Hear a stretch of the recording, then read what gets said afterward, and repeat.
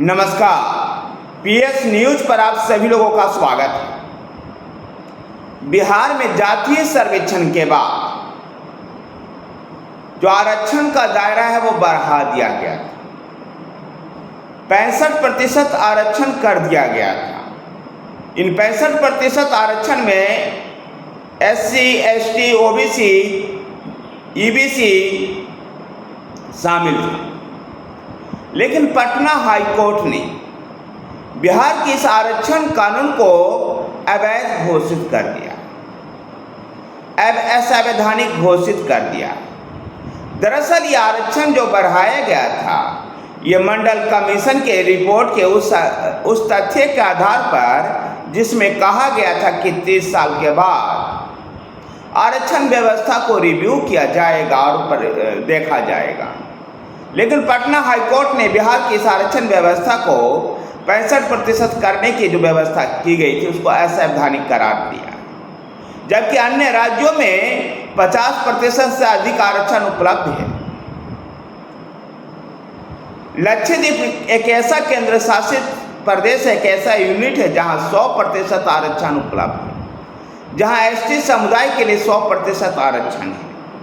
अगर आरक्षण की चर्चा करें तो सिक्किम जैसे राज्य में 85% आरक्षण है, जहां 75%,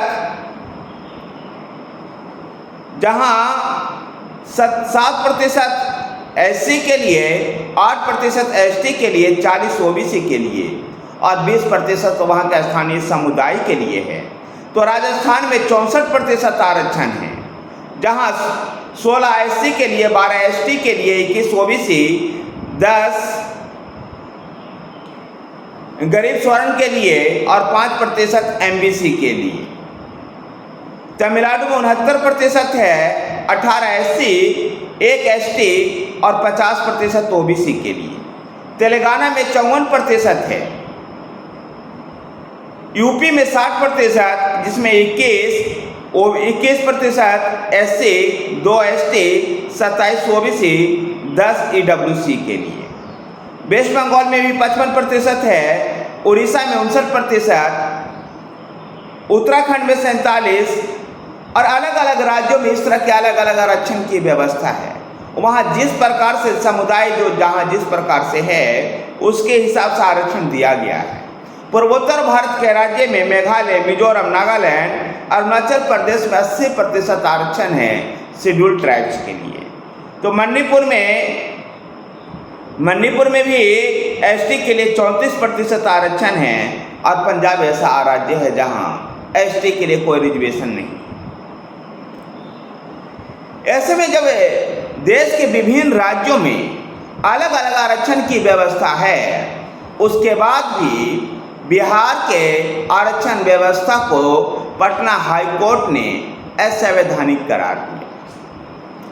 अब देखना दिलचस्प होगा कि पटना हाईकोर्ट के इस फैसले को क्या राज्य सरकार सुप्रीम कोर्ट में चुनौती देती है, और अगर सुप्रीम कोर्ट में चुनौती दिया गया तो राज्य का यह आरक्षण कानून जो था आरक्षण बढ़ाने वाला क्या लागू हो पाएगा या नहीं।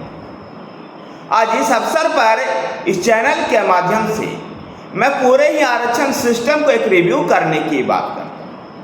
जिस प्रकार से आरक्षण व्यवस्था आज जाति के आधार पर दिया जा रहा है, जो कदापि उचित नहीं है। पहले इस पूरी आरक्षण व्यवस्था में ही क्या 2 जातियां आरक्षण अधिक लेने में सफल रही, तो दूसरी तरफ उन 1-2 जातियों में कुछ विशेष वर्ग ही हैं, कुछ विशेष गिने चुने परिवार ही हैं जो इसका आरक्षण का फायदा उठाता है, बाकी आरक्षण का फायदा नहीं उठा पाता। ऐसे में पूरे आरक्षण व्यवस्था को एक बार अध्ययन कर आरक्षण को आर्थिक आधार पर करना चाहिए। लेकिन अभी भी देश के किसी भी सरकार की ये सोच उत्पन्न नहीं हो रही है कि आरक्षण को जाति आधारित न करके आय आधारित किया जाए। ऐसी व्यवस्था उत्पन्न नहीं हो रही है, और अगर जाति आधारित हो भी तो कम से कम ग्रुप 1 और group 2, group A, group B और ग्रुप C की जो नौकरियां हैं, इसको प्राप्त करने वाले लोगों के लिए 1 या 2 पीढ़ी के लिए आरक्षण रोक देना चाहिए। फिलहाल ये आरक्षण को लेकर के राजनीतिक गतिविधियां चलती रहेगी। देखना होगा कि बिहार सरकार क्या इसको सुप्रीम कोर्ट में चुनौती देती है या नहीं। चर्चा करें बिहार की, तो बिहार के जो भी केंद्रीय कैबिनेट में जगह मंत्री बनाए हैं, वो सभी मंत्री चाहे चिराग पासवान हो या जीतन राम मांझी या फिर गिरिराज सिंह, बिहार में इंडस्ट्री को लेकर के सकारात्मक रूप दिखा रहे हैं। देखना ये दिलचस्प होगा कि इनके बयानों में जो सकारात्मक रूप दिखाई देता है, क्या धरातल पर भी इतने ही सकारात्मक रूप आ पाता है। जहां जीतन राम मांझी बिहार के मुख्यमंत्री नीतीश कुमार से मिलकर के उद्योग लगाने के लिए, लघु और सूक्ष्म उद्योग लगाने के लिए जमीन की मांग कर रहे हैं, तो चिराग पासवान भी बिहार में फूड प्रोसेसिंग इंडस्ट्री लगाने को लेकर के दृढ़ संकल्पित दिखाई देते हैं। तो उधर गिरिराज सिंह बेगूसराय में निफ्ट लाना चाहते हैं और टेक्सटाइल इंडस्ट्री का हब बनाना चाहते हैं बिहार को। देखना ये दिलचस्प होगा कि इनके बयानों में जो सकारात्मक चीज़ें दिखाई दे रही है, क्या यह वास्तव में धरातल पर भी उतर पाती है या नहीं। और अगर ये धरातल पर उतरा तो निश्चित रूप से बिहार के लोगों के लिए, जो बिहार के लोग जो देश दुनिया के कोने कोने में बसे हुए हैं, उन लोगों के लिए ये अच्छा होगा। उधर लोकसभा में अभय कुशवाहा को नेता चुन करके राष्ट्रीय जनता दल ने एक बड़ा दांव चला है। अपने आधार को, अपने वोट बैंक के जो आधार है, अपने आधार मतदाताओं को विस्तार करते हुए राष्ट्रीय जनता दल ने कुशवाहा समाज के अभय कुशवाहा, जो औरंगाबाद से चुनाव जीते हैं, उनको लोकसभा में नेता बनाया गया है।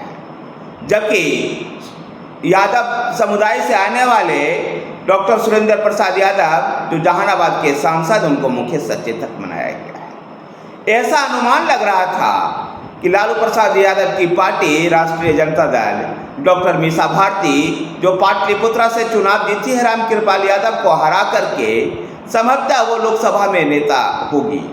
लेकिन पार्टी के नेता के लिए अभय कुशवाहा को राष्ट्रीय जनता दल ने चुन करके कुशवाहा मतदाताओं को अपनी तरफ आकर्षित करने का प्रयास किया है।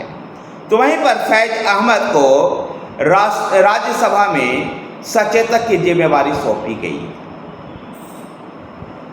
मीसा भारती और सुधाकर सिंह राष्ट्रीय जनता दल के ऐसे सांसद हैं जो पहली बार चुनाव जीत करके आए।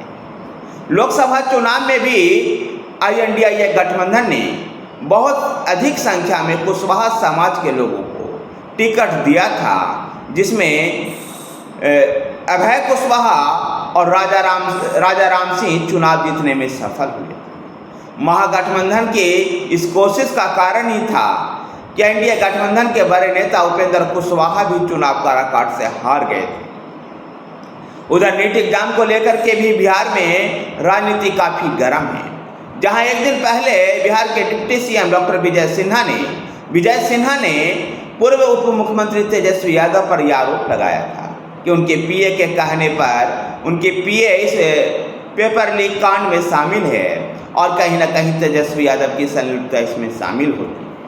तो कल तेजस्वी यादव ने भी, राष्ट्रीय जनता दल ने भी डिप्टी CM सम्राट चौधरी के साथ पेपर लीक के जो कुछ लोग शामिल हैं, उनके साथ उनकी फोटो जारी कर सम्राट चौधरी से भी सवाल पूछा। धन्यवाद साथियों, वीडियो को लाइक कीजिए, शेयर कीजिए। हमारे साथ बने रहने के लिए हमारे चैनल PS न्यूज़ को सब्सक्राइब कीजिए। धन्यवाद।